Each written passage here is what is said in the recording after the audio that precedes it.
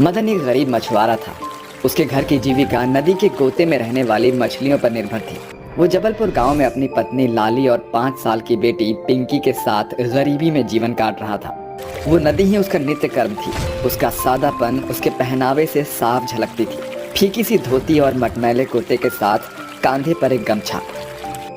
लाली, मैं जा रहा हूँ। अरे जरा सुनो, लाल चाय बनाई है, थोड़ी पीते जाओ। सुबह के पहले आहार से मुंह मोड़कर नहीं जाते। अरे इस चाय के चक्कर में सूरज की लाली अगर धधक धधक कर पड़ी तो नदी की सारी मछलियाँ गोते में जाकर बैठ जाएंगी, और अगर मछलियाँ पकड़ में नहीं आएगी तो बाजार में क्या बेचूंगा और कैसे जलेगा चूल्हा। अजी कितनी बार कहा है, कुड़कुड़ाना छोड़ दो।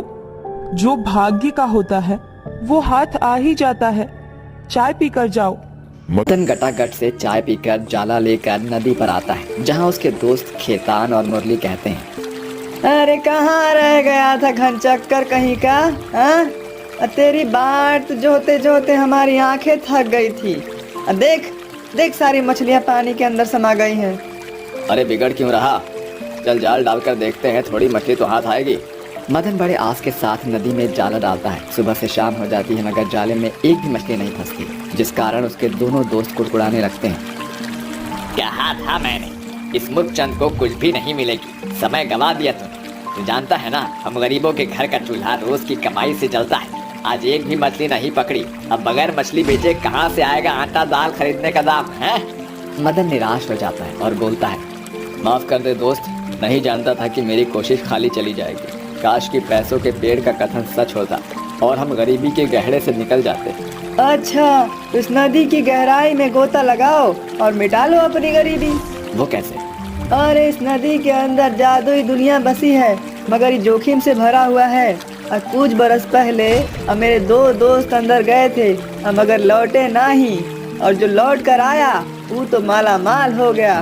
अरे कैसी बावली बातें कर रहा है तू? नदी के अंदर भला जीवन मुमकिन थोड़ी है। मदन मुरली की बात टालकर घर चला आता है, मगर उसका मन नदी के अंदर की जादुई दुनिया को देखने के लिए उफन रहा था। वो अपनी पत्नी को सारा वाक्य बताते हुए बोलता है, लाली तुम सुबह मेरे लिए प्याज रोटी और पानी बांध देना।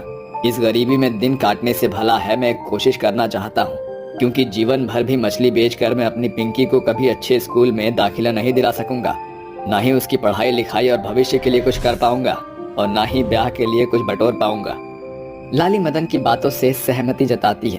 अगली भोर वो तैयारी के साथ सूरज की किरण फूटते ही नदी के किनारे आ पहुंचता है। जैसे ही वो कदम बढ़ाता है, नदी सुनहरी बड़ी चमचमाहट से भर जाती है और उसके सामने सोने की सीढ़ियां बन जाती है, जो नदी के अंदर जा रही थी।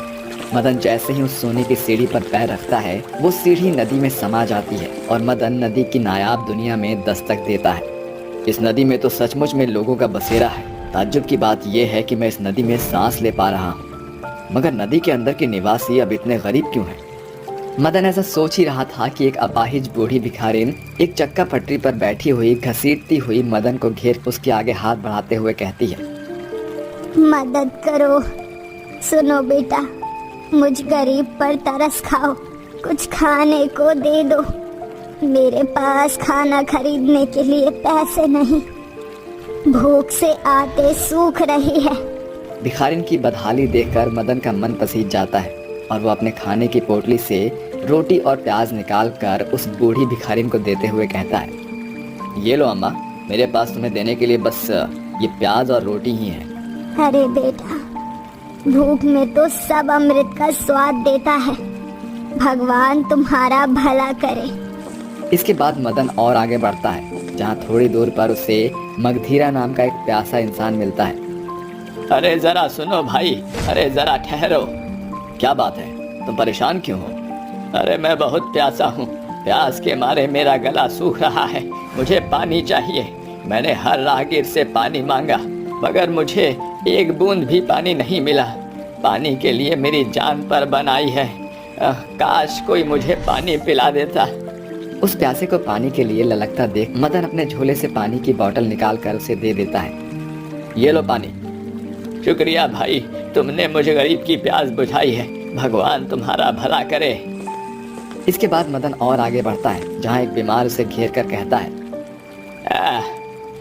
रुक जाओ, मेरी मदद करो, क्या तुम मुझ बीमार को मेरे घर तक छोड़ आओगे? मैं चल फिर नहीं सकता और मेरे पास दवाइयों का दाम भी नहीं है जो भला चंगा होने के लिए खर्च कर सकूं, क्योंकि हम गरीबों का जीवन तो होता ही ऐसा है। कभी रूखा सूखा खाकर रात काटनी पड़ती है तो कभी पानी पीकर ही पेट भरना पड़ता है। उस बीमार की बातों में छिपी हुई गरीबी की छटा देखकर मदन का मन भर जाता है और वो बोलता है, क्यों नहीं काका, चलिए मैं आपको घर छोड़ देता हूँ, बस आप मुझे रास्ता बताते रहना। मदन उस बीमार के बाह को अपने कंधे पर धरकर उससे बतियाता हुआ आगे बढ़ता है और कुछ पल बाद वो बोलता है, बस बेटा, मुझ बीमार का गरीब खाना यही है। अब माफ़ करना, मैं तुम्हें चाय पानी के लिए नहीं पूछ सकता, क्योंकि मुझ गरीब के घर के खत्ते खाली हैं। मदन झट से अपनी जेब टटोलता है और कुछ पैसे उसे देकर कहता है, ये लो काका, कुछ पैसे रख लो, आपके काम आएंगे। इसके बाद मदन हताश होकर खुद से बड़बड़ाते हुए बोलता है, ये कैसी जादुई दुनिया है जहाँ के निवासी गरीबी में जीवन बिता रहे हैं। और सबसे ज़्यादा ताज्जुब की बात यह है कि इस नायाब नदी में रहकर भी मेरी भेंट एक प्यासे से हुई है। मदन ऐसा सोचते हुए आगे बढ़ ही रहा था कि तभी उसकी नज़र छोटे बच्चों के एक झुंड पर छिटक पड़ती है और चिंकी नाम की एक बच्ची बोलती है, अंकल, क्या आप हम गरीब बच्चों का घर बनाने में मदद करेंगे? हम अनाथ हैं, हमारे आगे पीछे कोई नहीं, इसीलिए हमारा घर भी नहीं। सर्दियाँ शुरू होने वाली है, मगर ये फूस का घर हमसे बन ही नहीं रहा। चिंता मत करो बेटी, मैं तुम्हारा बसेरा बनाऊंगा। बड़ी मेहनत के बाद मदन उन गरीब बेसहारा बच्चों का घर बनाकर आगे बढ़ जाता है। इस तरह वो जादुई नदी में बसे बहुतेरे गरीब लोगों की मदद करता है और अंत में एक बंजर पेड़ के ओट से सट कर बैठ जाता है। मुझे इस जादुई नदी में आना ही नहीं चाहिए था। जब इस नदी में रहने वाले लोग गरीबी में जीवन काट रहे हैं तो ये मेरी किस्मत के खाक बदलेगी। मदन ऐसा बोल ही रहा होता है कि तभी बंजर पेड़ हरा भरा होकर लहलहाने लगता है और उसके पत्ते पैसे में बदल जाते हैं। साथ ही सभी डालियां सोने के सिक्कों से लदकर झूम उठती हैं और पेड़ सुनहरी रोशनी से जगमगाते हुए बोलता है, निराश मत हो मदन, मैं इस जादुई नदी का पहरुआ हूँ। यहाँ आने वाले लोगों को गरीबी की दुनिया से होकर गुजरना पड़ता है और अपनी परख में तुम पास हुए, तुम सफल हुए, इसलिए तुम इस सारे सोने के सिक्के और पैसे के वारिस हो।